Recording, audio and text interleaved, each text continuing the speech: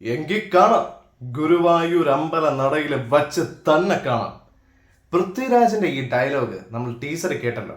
ആ ഡയലോഗ് കേട്ടപ്പോൾ തന്നെ ഞാൻ തീരുമാനിച്ചു ഈ സിനിമ കാണണം.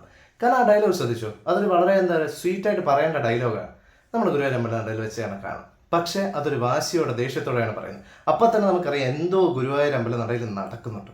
ആ നടക്കുന്ന കാണണ്ടേ എന്നാ വിട്ടോ തിയേറ്ററിലോട്ട്. Must watch in theatre. ഫാമിലിയായിട്ടും ഫ്രണ്ട്സുമായിട്ടും എല്ലാവരുമായിട്ടും പോയി കാണാം. കിടിലം പടം. ഞാൻ ഒറ്റയ്ക്കാണ് പോയി കണ്ടത്, എനിക്ക് വരെ ഇഷ്ടപ്പെട്ടു. കിടിലം എന്ന് പറഞ്ഞാൽ ഭയങ്കരമായിട്ട് എൻ്റർടൈൻ. ഒറ്റയ്ക്ക് പോയാലും ഫാമിലിയായിട്ട് എല്ലാവരുമായിട്ട് പോയിട്ട് എൻ്റർടൈൻ ചെയ്ത് കാണാൻ പറ്റുന്ന ഒരു പടം. ആദ്യം തന്നെ പറയട്ടെ, വിപിൻ ദാസിന്റെ നമുക്ക് മുന്നത്തെ സിനിമ അറിയാം, ജയ ജയ ഹേ. ജയ ജയ ഹേ എത്രമാത്രമാണ് ഒരു ഫാമിലിയിൽ ഉണ്ടാകുന്ന ഒരു ടോക്സിക് ആയിട്ടുള്ള ഒരു ഹസ്ബൻഡ് അല്ലെങ്കിൽ ആ ഒരു വഴക്ക് എങ്ങനെയാണ് ഒരു ഫാമിലിയിൽ ഉണ്ടാക്കുന്ന ഇമ്പാക്ട് അതിനെ കോമഡി ആയിട്ട് കാണിച്ചത്. ഗുരുവായൂർ അമ്പല നടയിലേക്ക് വരുമ്പോഴത്തേക്കും പൃഥ്വിരാജ് ചെയ്യുന്ന ആനന്ദൻ എന്ന് പറഞ്ഞ ക്യാരക്ടറായ അളിയനും മറ്റേ കല്യാണം കഴിക്കാൻ പോകുന്ന വ്യക്തിയായിട്ട് ബേസിൽ ജോസഫ് ചെയ്യുന്ന ക്യാരക്ടറായ വിനു, ഇവർ തമ്മിലുള്ള ഒരു ഫ്രണ്ട്ഷിപ്പാണ് ആദ്യം കാണിക്കുന്നത്. പിന്നെ സിനിമയിലേക്ക് വരുമ്പോൾ ഒരുപാട് കാര്യങ്ങൾ വേറെ വരുന്നുണ്ട്. ഇതിനെക്കുറിച്ച് എന്ത് ഡീറ്റെയിൽ ആര് പറഞ്ഞാലും അത് സ്പോയിലറാണ്. സോ ഞാൻ ഇതിനെക്കുറിച്ച് കഥയെക്കുറിച്ച് ഒരു റിവീലിംഗ് ചെയ്യുന്നില്ല. നിങ്ങളെ ഈ സിനിമ എൻ്റർടൈൻ ചെയ്യിക്കും 100% ഉറപ്പ്. ഇനി ഇതിൽ എടുത്തു പറയേണ്ട പെർഫോമൻസസ് എന്ന് പറഞ്ഞാൽ പൃഥ്വിരാജ്, ബേസിൽ ജോസഫ്, ജഗദീഷ്, പിന്നെ ഒരുപാട് ആക്ടേഴ്സ്. സത്യം പറയാമല്ലോ, ഇപ്പം നിഖില വിമല ആയാലും അനശ്വര ആണെങ്കിലും ഇതിൽ വന്നു പോകുന്ന ഓരോ ആക്ട്രസിനും ആക്ടേഴ്സിനും ഇഷ്ടം പോലെ സ്ക്രീൻ സ്പേസ് കൊണ്ട് അഭിനയിക്കാനുള്ള ചാൻസ് ഉണ്ട്, സാധ്യതകളുണ്ട്, എല്ലാം ഉണ്ട്. എന്തിനാണ് പറയുന്നത്, ഇപ്പോൾ ഇതിനകത്ത് യോഗി ബാബു ഉണ്ട്, നമ്മൾ ടീസറിൽ തന്നെ കണ്ടു.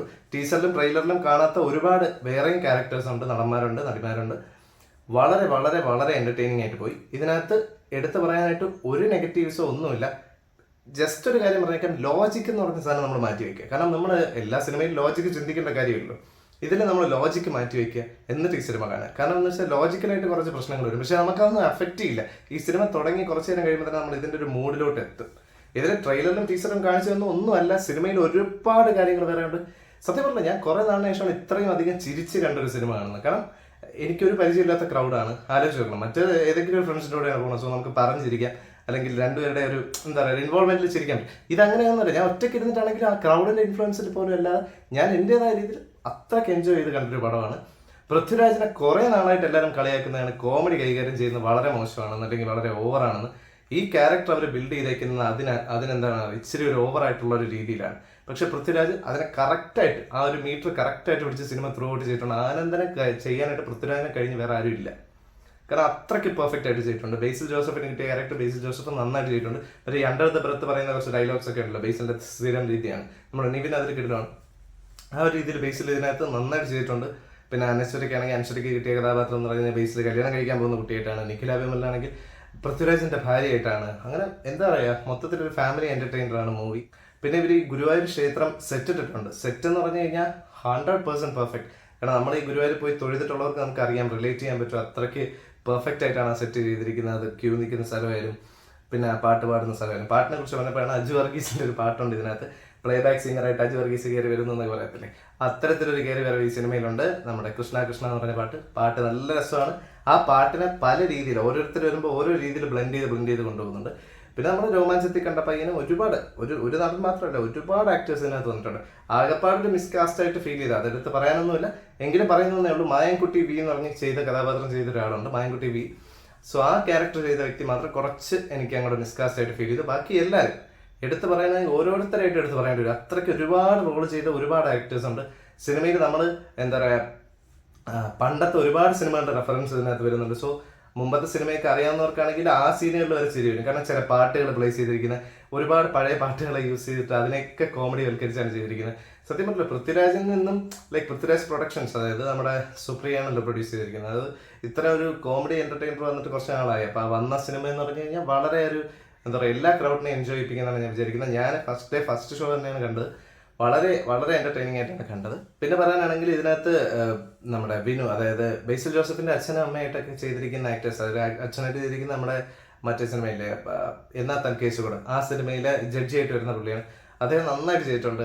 വളരെ ചെറിയ കൊച്ചു ഡയലോഗ്സിലൊക്കെ, അതായത് ഈ ഭാര്യയെക്കാളേറെ അളിയനോട് സ്നേഹം, അതാണല്ലോ ഇതിൻ്റെ ഒരു തുടക്കത്തിൽ നമുക്കറിയാം ടീച്ചറിൽ കാണിക്കുന്ന തീം.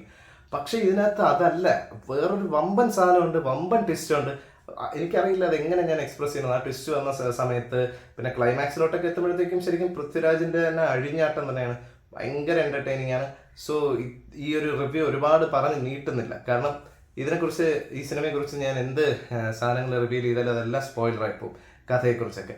സോ ഇതിൻ്റെ കഥ കംപ്ലീറ്റ്ലി നിങ്ങൾ തിയേറ്ററിൽ പോയി തന്നെ എക്സ്പീരിയൻസ് ചെയ്യേണ്ടതാണ്. നിങ്ങൾക്ക് ഉറപ്പായിട്ടും ഈ സിനിമ ഇഷ്ടപ്പെടും. പണ്ടത്തെ ഒരുപാട് സിനിമകളിലെ സീനുകളും രംഗങ്ങളും എല്ലാം ഓർമ്മ വരും. മോഹൻലാൽ റെഫറൻസ്, മമ്മൂട്ടി റെഫറൻസ്, എന്തിനേറെ പറയുന്നത് എല്ലാം ടച്ച് ചെയ്ത് പോയിട്ടുണ്ട്. നമ്മൾക്ക് വളരെ ഒരു മനസ്സ് നിറഞ്ഞ് തിയേറ്ററിൽ നിന്ന് വരാൻ പറ്റുന്ന 100% ഇഷ്ടപ്പെടുന്ന ഒരു സിനിമയാണ്. പേഴ്സണലി ഞാൻ ഈ സിനിമയ്ക്ക് കൊടുക്കുന്ന റേറ്റിംഗ് 4.5 ആണ്. കാരണം അത്രയും കൂടുതൽ കൊടുക്കാൻ കാരണം എന്നെ ആ സിനിമ അത്രയധികം എൻ്റർടൈൻ ചെയ്യിച്ചിട്ടുണ്ട്. എൻ്റെ മനസ്സിൽ കുറച്ച് സ്ട്രെസ്സും കാര്യങ്ങളൊക്കെ ഉണ്ടായിരുന്ന എല്ലാ സ്ട്രെസ്സൊക്കെ അങ്ങ് ഫ്രീ ആയിട്ട് കംപ്ലീറ്റ്ലി നമ്മൾ ആ സിനിമയ്ക്കകത്തോട്ട് കയറിയിട്ട് ആ അമ്പലവും ആ നടയിലോട്ട് എത്തുന്നതും അതിന് മുമ്പത്തെ ഫാമിലിയിലെ കാര്യങ്ങളും എല്ലാം എൻ്റർടൈൻ ചെയ്യിച്ചു. സത്യം പറയല്ലോ, കുറേ നാൾ കൂടിയിട്ടാണ് ഇങ്ങനെ ഒന്ന് ചിരിക്കുന്നത്. സോ അതുകൊണ്ടാണ് എനിക്ക് ഈ സിനിമയെക്കുറിച്ച് എന്ത് പറയാനാണെങ്കിൽ പോസിറ്റീവായിട്ട് പറയാൻ പറ്റത്തുള്ളൂ. സോ അത്രയ്ക്ക് ഞാൻ വളരെ ഹാപ്പിയാണ്, വളരെ സാറ്റിസ്ഫൈഡ് ആണ്. പൃഥ്വിരാജിൽ നിന്നും എന്താ പറയുക, ബേസിൽ ജോസഫിൽ നിന്നൊക്കെ ഇത്തരത്തിലൊരു പടം. പിന്നെ വിപിൻ ദാസിൻ്റെ കിട്ടില്ല ഡയറക്ഷൻ. കാരണം പുള്ളി ആ ഒരു സ്ക്രിപ്റ്റിനെ വളരെ നന്നായിട്ട് ഡയറക്റ്റ് ചെയ്ത് അത് എന്താ പറയുക എല്ലാതരം പ്രേക്ഷകരുമായിട്ട് ജെല്ല് ചെയ്യുന്ന രീതിയിൽ ചെയ്തിട്ടുണ്ട്. യൂത്തിനായാലും വയസ്സായവർക്കായാലും എല്ലാവർക്കും പ്രായഭേദമന്യേ ഇഷ്ടപ്പെടും. ഉറപ്പായിട്ട് നിങ്ങൾ ഈ സിനിമ തിയേറ്ററിൽ പോയി കാണണം. സോ എല്ലാവരും കാണുക. സിനിമ ഇഷ്ടപ്പെടുകയാണെങ്കിൽ നിങ്ങൾ കമൻറ്റ് ബോക്സിൽ രേഖപ്പെടുത്തുക, അല്ലെങ്കിൽ നിങ്ങൾക്ക് മറ്റൊരു അഭിപ്രായമാണെങ്കിൽ അതും കമൻറ്റ് ബോക്സിൽ രേഖപ്പെടുത്തുക. ഈ വീഡിയോ ഇഷ്ടമായെങ്കിൽ ലൈക്ക് ചെയ്യുക, ഫ്രണ്ട്സിനും ഫാമിലിക്കും എല്ലാവർക്കും ഷെയർ ചെയ്യുക. GJS എന്ന് പറഞ്ഞ എൻ്റെ ഈ ചാനൽ സബ്സ്ക്രൈബ് ചെയ്യുക. See you, by.